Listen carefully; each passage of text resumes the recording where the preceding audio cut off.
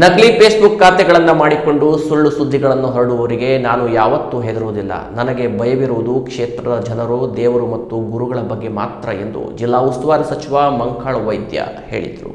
ಹೊನ್ನಾವರ ಪಟ್ಟಣದ ಮೂಡಗಣಪತಿ ಸಭಾಭವನದಲ್ಲಿ ಶರಾವತಿ ಉಳಿಸಿ ಹೋರಾಟ ಸಮಿತಿ ವತಿಯಿಂದ ಶರಾವತಿ ಪಂಪ್ಡ್ ಸ್ಟೋರೇಜ್ ಯೋಜನೆ ವಿರುದ್ಧ ನಡೆದ ಪ್ರತಿಭಟನಾ ಸಮಾವೇಶದಲ್ಲಿ ಮಾತನಾಡಿದ ಅವರು, ಮುಂದಿನ ದಿನಗಳಲ್ಲಿ ನಕಲಿ ಫೇಸ್ಬುಕ್ ಖಾತೆ ನಡೆಸುವವರ ಬಣ್ಣವನ್ನ ದಾಖಲೆಯೊಂದಿಗೆ ಬಹಿರಂಗಪಡಿಸುವುದಾಗಿ ಎಚ್ಚರಿಸಿದರು. ಹೋರಾಟದ ವಿಚಾರದಲ್ಲಿ ಯಾರೂ ರಾಜಕಾರಣ ಮಾಡಬಾರದು. ರಾಜಕೀಯ ಲಾಭಕ್ಕಾಗಿ ಹೋರಾಟ ಮಾಡುವುದು ಒಳ್ಳೆಯದಲ್ಲ, ಒಳ್ಳೆಯದು ಆಗುವುದೂ ಇಲ್ಲ. ಈ ಯೋಜನೆಗೆ 5 ಲಕ್ಷಕ್ಕೂ ಹೆಚ್ಚು ಜನರು ವಿರೋಧ ವ್ಯಕ್ತಪಡಿಸುತ್ತಿದ್ದಾರೆ. ಆದರೆ ಕೆಲವರು ರಾಜಕೀಯ ಉದ್ದೇಶದಿಂದ ನಡೆಸಿದ ಪತ್ರ ಚಳವಳಿಗೆ 20-30 ಜನರಷ್ಟೇ ಬೆಂಬಲ ನೀಡಿದ್ದಾರೆ. ಈ ಯೋಜನೆ ಬಿಜೆಪಿ ಸರ್ಕಾರದ ಅವಧಿಯಲ್ಲಿ ಪ್ರಾರಂಭವಾಗಿದೆ. ನಮ್ಮ ಸರ್ಕಾರದ ಅವಧಿಯಲ್ಲಿ ಈ ವಿಷಯ ಚರ್ಚೆಗೆ ಬಂದಾಗ ನಾನು ಮುಖ್ಯಮಂತ್ರಿ ಹಾಗೂ ಇನ್ನೂನ ಸಚಿವರ ಬಳಿ ಹೋಗಿ ಯೋಜನೆಗೆ ವಿರೋಧ ವ್ಯಕ್ತಪಡಿಸಿದ್ದೇನೆ. ಇಂದಿಗೂ ಈ ಯೋಜನೆಗೆ ನನ್ನ ವಿರೋಧ ಮುಂದುವರೆದಿದೆ ಎಂದು ಸಚಿವರು ಸ್ಪಷ್ಟಪಡಿಸಿದರು.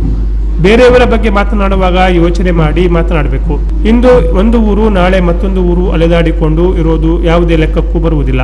ಇದರಲ್ಲಿ ಏನಾದರೂ ಲಾಭ ಸಿಗಬಹುದು ಎಂದು ಅವರು ಬಂದಿರಬಹುದು, ಆದರೆ ಅವರು ಊಹಿಸಿದಂತೆ ಯಾವುದೇ ಲಾಭ ಸಿಗುವುದಿಲ್ಲ.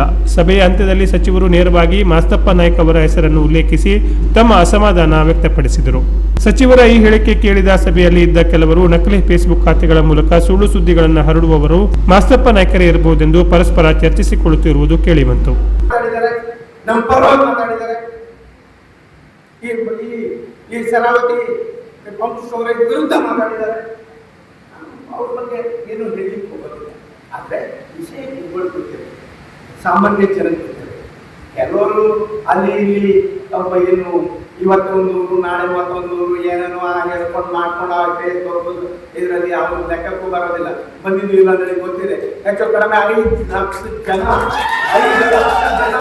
ಇರುವಂತ ವಿರೋಧವಿರುವಂತ ಪ್ರಾಜೆಕ್ಟ್ಗೆ ಬಂದಿದ್ದು ಪಾದಯಾತ್ರೆಯಲ್ಲಿ 25-30 ಜನ ಮಾಸ್ತರ್ ನಾಯ್ಕರೇ. 20-30 ಜನ ನಿಮ್ಮ ಕಾರ್ಡ್ ಚಳುವಳಿ ಅದು ಸ್ವಾತಂತ್ರ್ಯದಲ್ಲಿ ಇತ್ತು.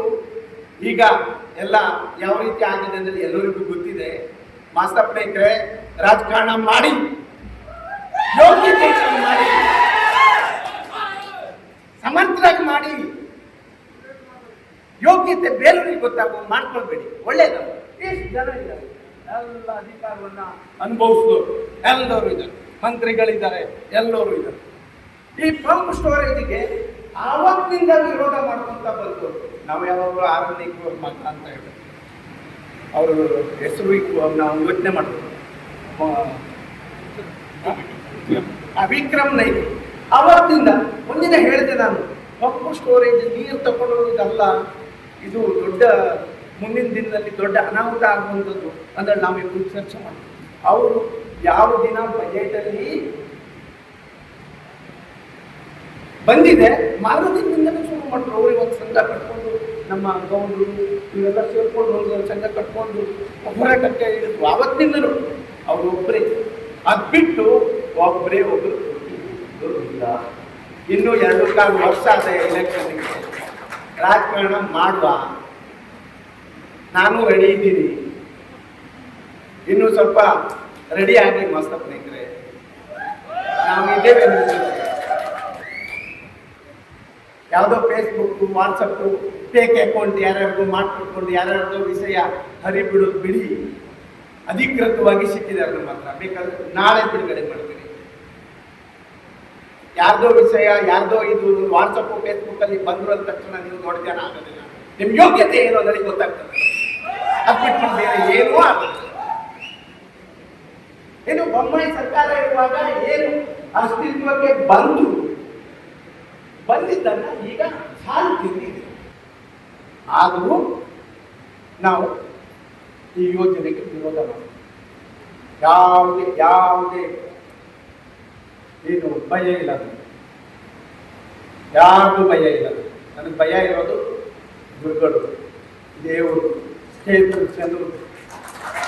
ಅದು ಮತ್ತೆ ಯಾರಿಗೂ ಈ ವಾಟ್ಸಪ್, ಫೇಸ್ಬುಕ್ ಇದೆಲ್ಲ ನೋಡಿ ಬಂದವ ನಾವು. ಏನೇನು ಹಾಕುವುದ್ರು, ಬೇಕಾಗಿ ಮಾಡ್ಕೊಂಡು ಏನು ಮಾಡಿದ್ರು, ಏನೋ ಹಾಕುವುದ್ರು, ಯಾರು ಒಳ್ಳೇದಾಗೋದು ಸಾಧ್ಯವೇ ಇಲ್ಲ. ಅದೇ ಅವ್ರವ್ರ ಹಣೆ ಬರಕ್ಕೆ ಅವ್ರವ್ರ ಯೋಗ್ಯತೆ ಅವ್ರವ್ರು ಮಾಡ್ತಾರೆ. Canara plus news Honnavar.